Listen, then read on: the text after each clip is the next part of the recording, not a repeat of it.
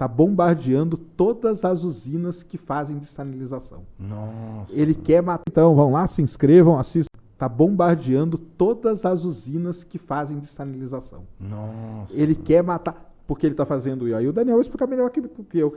Todos os países ali são aliados dos Estados Unidos. Sim, o GCC, né, o grupo dos países. Eles querem chegar, tipo, a população chegar num limite de sede. Olha que loucura. Para os caras implorarem para os Estados Unidos parar com a guerra. Isso. Entendeu? Porque senão a ideia do Irã é matar aquela galera de sede. Isso é interessante, a estratégia do Irã, porque assim, poder bélico não tem comparação com os Estados Unidos, eles são muito inferiores. Então as táticas elas têm que ser manobradas aqui vai com o que temos. Né? Não tem. Mas eles estão com uma estratégia eficiente, porque os mísseis americanos antidrones eles custam $1 milhão, $2 milhões e o drone custa a merreca, né? 50 mil dólares. Eles estão usando uma arma caríssima para derrubar um negócio muito barato. Então é uma conta que não está fechando também, né? Isso é uma desproporção. Então, mas essa complicada. desproporção ela não veio em cima de uma eficiência, ela veio em cima de uma venda de um lobby de empresas. Sim. Né, que trabalham em cima do mercado militar. Exato. Que tem sempre que vender o novo, né? Pinta, o míssil tem que ser pontudo, né? Brincadeira, né? Faz uma ponta, né? O complexo militar. Exatamente. Esse complexo industrial militar americano, norte-americano, ele é retroalimentado com a inovação. Sim. Guias com inteligência artificial, sendo escoltados ali, talvez com tecnologia de satélites, ajudando a guiar. O Irã não tem nada disso, ou se tem é muito mais tímida a tecnologia, mas é mais eficaz. Sim. Então, será que também não existe uma alucinação pelo próprio capitalismo americano de colocar coisas caras e fantásticas e não necessariamente tão eficientes, né? Não, com certeza. Agora os americanos estão tentando achar os acessos, né, onde saem os projéteis, para poder focar em destruir essa saída das bases subterrâneas, né? Destruir o ponto onde os mísseis saem, né, e os drones saem. Então é uma maneira de tentar economizar, né? Agora teve vídeos impressionantes do consulado americano em Bagdá, estava circulando ontem, de armamentos antiaéreos para derrubar os drones, mas não eram metralhadoras. Então você vê um barulho, a metralhadora tentando mirar no drone para derrubar antes dele cair na embaixada. Então tá uma loucura. Aparece o drone e parece aquelas balas traçantes, né? Dá para ver à noite. E é um negócio assim, parece videogame, né? Loucura. E quanto tempo até reabastecer as embaixadas? Isso aí é loucura, né? Você tem toda uma logística, o navio que não chega lá no tempo até eles voltar. Estão desmobilizando tudo, né? Eu acho que a tendência é o deixar para trás. O Trump agora com essa doutrina Monroe 2.0, né? América para os americanos, e essa ideia de eu quero só o hemisfério ocidental. Então a tendência é eles largarem as bases lá, deixar tudo com Israel e sair do Oriente Médio. Israel que vai tomar conta ali da região. A ideia seria essa. E com todo esse efeito aí, você prevê uma escalada, talvez, de tensão? Ou eu creio que vai haver ainda uma escalada, né? Eu creio porque o que está no radar nos Estados Unidos, no alerta que está tendo ali no FBI, na polícia, é nível alto de risco por um atentado terrorista lá. E independente de quem fizer, eles vão botar a culpa nos iranianos. Então isso vai dar aos americanos uma justificativa para fazer a coisa ficar mais feia, né?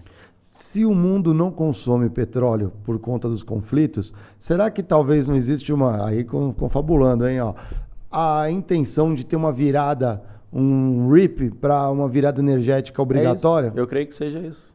Vai acabar acontecendo isso. A fusão nuclear, né, cara? Que o pessoal defende isso aí, entendeu? Põe a fusão nuclear aí para rodar, porque a gente não tá rodando ainda, que depende de ir para a Lua para isso, entendeu? Porque pegar são tudo interligadas, o L3. Aí acabou isso por aí, não tem problema. Aí não tem problema mesmo.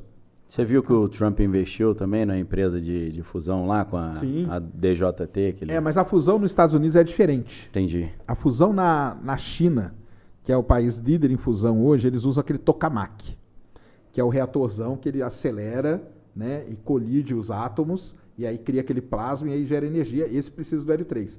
Nos Estados Unidos é diferente.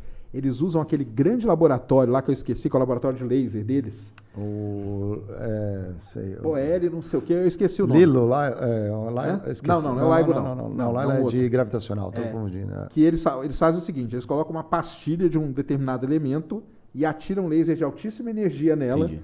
E na hora que essa partícula ela começa como se entrasse em ebulição ali, não é ebulição, é como se fosse, começa a ter fusão nuclear e aí você gera energia. Aí extrai a energia dali. Aí extrai. É o único lugar do mundo até hoje que fez, por fusão nuclear, energia positiva. Porque o grande problema da fusão hoje é que a gente gasta mais do que produz. Então a gente gasta 10 e produz 5, por exemplo. Esse laboratório foi o único que conseguiu produzir e já 3 vezes positivo. E aí começaram a surgir várias startups nos Estados Unidos, dos caras fazendo pequenos reatores para colocar em casa e tal. E aí sim, o Trump começou a investir nisso aí também, a galera começou a investir muito nisso. Que é uma fusão diferente da que a China está fazendo. Então tem essa diferença aí da fusão. Mas a fusão resolveria grandes problemas aí, né? Por conta da energia, né? Aquele professor do MIT que era português foi assassinado, ele trabalhava nesse laboratório? Eu acho que era ele desse laboratório. Né? Foi meio estranho aquele assassinato ali. Né? Começou a morrer muita gente ligada à fusão nuclear nos Estados Unidos. Teve um na Califórnia também que apareceu morto. Teve também. Agora tem um general do exército também que trabalhava nessa área, está desaparecido. Parece que aí você tá quase naquela série inspirada no videogame Fallout, né? Que eles descobrem a fusão que poderia resolver o problema energético, mas aí começa a matar as pessoas. A galera, né? Exatamente. Então, tá estranha essa história, né? Tem isso acontecendo. A fusão, sim, cara, é um negócio. E o exército americano, ele começa a ter um problema seríssimo, porque ele precisa de petróleo também. Por conta da... É que os Estados Unidos agora tem muito, né? Os Estados Unidos resolveu o problema de petróleo dele. Mas porque incorporando a Venezuela. A Venezuela. Não, além de incorporou a Venezuela, mas ele atrapalha a China também, porque é muito para a China, né? Mas os Estados Unidos, cara, é muito legal contar essa história do petróleo dos Estados Unidos, que durante muitos e muitos anos, os Estados Unidos invadiu o país para pegar o petróleo mesmo, entendeu? Não tinha conversa não, né? Chegava e já invadia logo. Não é o caso da Venezuela. Na Venezuela não invadiu para pegar o petróleo, mas foi para atrapalhar a China. Porque hoje, os Estados Unidos hoje, cara, ele é autossuficiente de petróleo. Ele é o maior produtor de petróleo no mundo hoje. É o maior produtor porque ele conseguiu desenvolver o tal do xisto que a gente chama, né? Que é o shale gas, né? Ali, principalmente ali na Pensilvânia, ou na bacia permiana também, entendeu? Aonde eles conseguiram dominar a técnica do fraturamento. O fracking, né? O fracking. O fracking era um problemaço para os Estados Unidos, porque eles fraturavam a rocha, mas o gás ia para o lençol freático. O pessoal estava ainda contaminando tudo e tal, não sei o quê. E aí eles conseguiram desenvolver. Tá aí, parabéns para a empresa que eu trabalhei, para a Halliburton. Daí. Foi a gente que fez o fracking funcionar direitinho. E aí, com o fracking funcionando direitinho, o pessoal entender, né? O petróleo, ele está num cimento. E você não consegue furar esse cimento para tirar ele. Então você tem que criar fraturas nele, que não são naturais, e o gás começa a migrar por essa fratura e você produz esse gás. Graças a isso, então tem lá na Pensilvânia e na bacia permiana inteira. Tem que fazer injeção de líquidos e tudo mais. Aí faz tudo isso e produz. E aí com isso aí salvou os Estados Unidos, cara. Sim. Isso aí salvou os Estados Unidos mesmo. E agora ele invade, mas ele invade, no caso da Venezuela, ele foi para parar com a China, né? E acabou quebrando Cuba também. Cuba está numa situação terrível. Cuba está terrível também, porque o petróleo vinha dali, né? Cuba está terrível. Acabou a mamata do petróleo barato, né? Exatamente. Aliás, eu tenho um amigo norte-americano, ele estava vendo aqueles mapas na internet, né? Normalmente o mapa mundi, quando a gente pega, ele tem a projeção de mercado, então é distorcido a área territorial. Aí ele pegou o Brasil e ele começou a jogar em cima. Ele falou, pô, mas o Brasil...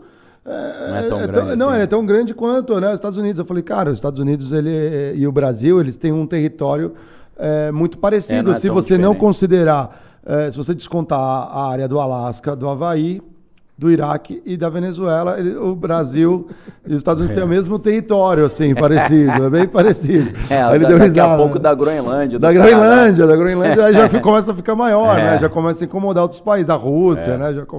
Mas também tá nessa linha. Vocês falando de energia de fontes renováveis, a China está num caminho que, ano após ano, né, a energia elétrica fica mais barata.